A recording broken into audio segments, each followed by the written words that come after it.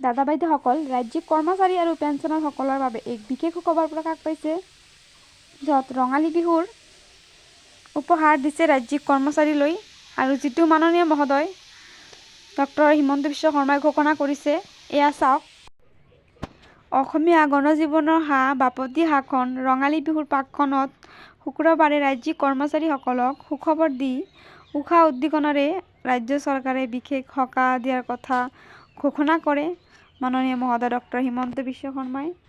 এই বিষয়ে সামাজিক মাধ্যমযোগে সাদৰি কৰি মুখ্যমন্ত্ৰী ডক্টৰ হিমন্ত বিশ্ব শৰ্মাই কয় যে অসম চৰকাৰৰ বিভিন্ন বৰ্গ আৰু সেৱাৰ কৰ্মচাৰীসকলক আমাৰ প্ৰশাসনিক ব্যৱস্থাৰ মেৰুদণ্ড।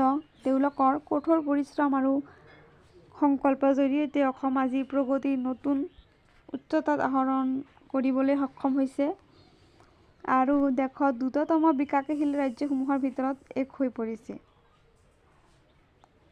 আৰু ৰাজ্যিক কৰ্মচাৰীসকলৰ বাবে চৰকাৰৰ প্ৰচেষ্টাই পৰম্পৰাগত সুবিধাৰ উপৰিও স্বাস্থ্য, সামাজিক সুৰক্ষা, গৃহ দৰমহা বৃদ্ধি আৰু বহুতো সম্পূৰ্ণ লাভালাভ সামৰি লৈছে বুলি উল্লেখ কৰি মুখ্যমন্ত্ৰী হিমন্ত বিশ্ব শৰ্মাই ৰাজ্যিক কৰ্মচাৰীসকলৰ বাবে গ্ৰহণ কৰা চৰকাৰৰ পদক্ষেপসমূহৰ বিষয়ে সাদৰি কৰি কয় যে পুৰণি পেন্সন আঁচনিৰ পুনৰুদ্ধাৰ কৰ্মচাৰীসকলক এক গুৰুত্বপূৰ্ণ দাবী কৰি আমাৰ চৰকাৰে ১ ফেব্ৰুৱাৰী ২০০৫ৰ আগতেই আৰম্ভ হোৱা কৰ্মচাৰীসকলৰ বাবে পুৰণি পেন্সন আঁচনিৰ OPS লাভালাভৰ পুনৰুদ্ধাৰৰ সিদ্ধান্ত গ্ৰহণ কৰিছে আৰু ইউনিফাইড পেন্সন আঁচনি UPS ৰূপায়ণ কৰ্মচাৰীসকলৰ অৱসৰৰ পিছত তেওঁলোকৰ বাবে নিশ্চিত উপাৰ্জন আৰু চিন্তামুক্ত জীৱন নিশ্চিত কৰিবলৈ অসম চৰকাৰে সকলো কৰ্মচাৰীৰ বাবে UPS আৰম্ভ কৰিব।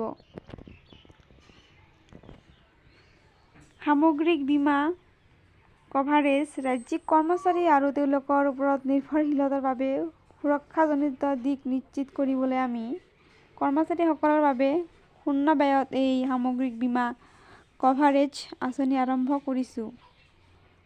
ন্যূনতম ১ কোটি টকাৰ ব্যক্তিগত দুৰ্ঘটনা বীমা কভাৰেজ, ২ কোটি টকালৈকে বিমান দুৰ্ঘটনা বীমা কভাৰেজ, ১ কোটি টকালৈকে স্থায়ী সম্পূৰ্ণ বিকলাংগতা কভাৰেজ আৰু ৮০ লাখ টকালৈকে স্থায়ী আংশিক বিকলাংগতা কভাৰেজ, ন্যূনতম ১০ লাখ টকাৰ টাৰ্ম জীৱন বীমা কভাৰেজ।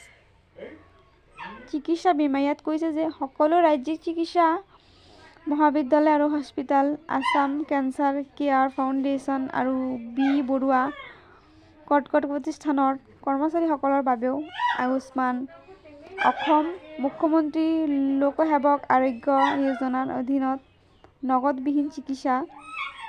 আৰু ইয়াত কৈছে যে বাসস্থান আৰু পৰিবহণ সমৰ্থন। অসম চৰকাৰৰ আপোন বাহন আৰু আপোন ঘৰ আঁচনিৰ অধীনত গৃহ আৰু বাহন ঋণৰ বাবে সুত ৰেহাই প্ৰদানৰ পদক্ষেপ গ্ৰহণ কৰিছে। আমাৰ চৰকাৰে পোষণ ৰান্ধনী আশা অংগনবাড়ী কৰ্মী আৰু সহায়িকাসকলৰো সংশোধিত পৰিশ্ৰমৰ লগতে তেওঁলোকক এককালীন ২ লাখ টকা প্ৰদানৰ ব্যৱস্থা কৰিছে। আৰু সেউজ সমৰ্থন সৌৰশক্তি প্ৰসাৰৰ দিশত আমাৰ পদক্ষেপৰ অংশ হিচাপে আমি সৌৰশক্তি গ্ৰহণত উদগনি জনাবলৈ প্ৰধানমন্ত্ৰী সূৰ্য ঘৰ বিনামূলীয়া বিজুলী যোজনাৰ অধীনত প্ৰতিগৰাকী কৰ্মচাৰীৰ বাবে সৰ্বাধিক প্ৰতি কিলোৱাটত ২,০০০ টকাৰ পৰা ৩ কিলোৱাটত ৬,০০০ টকালৈ নগদ ৰাজ্যিক সাহায্য প্ৰদানৰ ব্যৱস্থা কৰিছে। আৰু এই পদক্ষেপসমূহেই ৰাজ্যিক কৰ্মচাৰীসকলৰ বাবে ৰাজ্য আৰু জনসাধাৰণৰ সেৱা অব্যাহত ৰখাত উৎসাহ যোগাবলৈ সৰ্বাংগীন সমৰ্থন নিশ্চিত কৰাৰ লগতে তেখেতসকলৰ স্বাৰ্থজড়িত বিষয়সমূহৰ গুৰুত্ব সহকাৰে যত্ন লোৱাত প্ৰয়াস কৰিছে। আৰু এই প্ৰয়াস আগন্তুক সময়তো অব্যাহত থাকিব বুলিও মাননীয় মহোদয় ডক্টৰ হিমন্ত বিশ্ব শৰ্মাই ঘোষণা কৰিছে। দাদা বাইদেউসকল, ভিডিঅ'টো ইমানেই আছিল। সেয়েহে কৰ্মচাৰীৰ প্ৰতিটো শেহতীয়া খবৰৰ বাবে লাইক এটা দি চেনেলটো ছাবস্ক্ৰাইব কৰিবলৈ নাপাহৰিব। ভিডিঅ'টো চোৱাৰ বাবে ধন্যবাদ।